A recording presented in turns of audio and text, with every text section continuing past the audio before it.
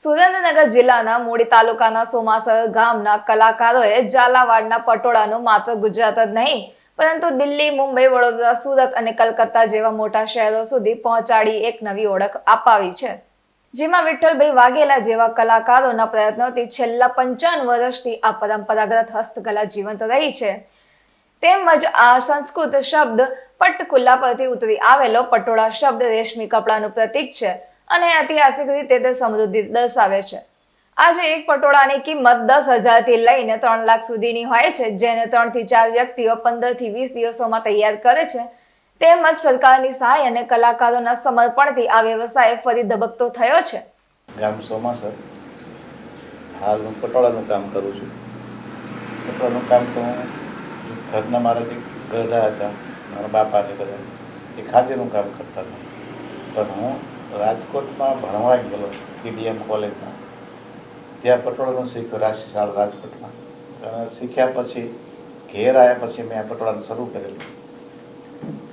શરૂઆતમાં તો ઘણી બધી તકલીફો પડેલી, પણ સામાન બધો ભેળો કરવામાં ને એમાં પણ ધીરે ધીરે વર્ષ દિવસથી એટલો બધો ભેળો થઈ ગયો, પટોળા તૈયાર કર્યા।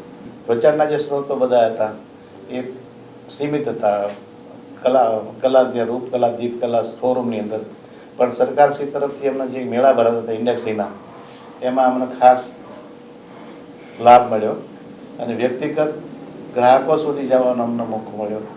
એટલો મોકો મળ્યો એટલો જ નહીં, અમદાવાદ સિવાય સુરત, વડોદરા, દિલ્હી, મુંબઈ, કોલકાતા મોટા મોટા સિટીમાં અમને લઈ જતા હતા।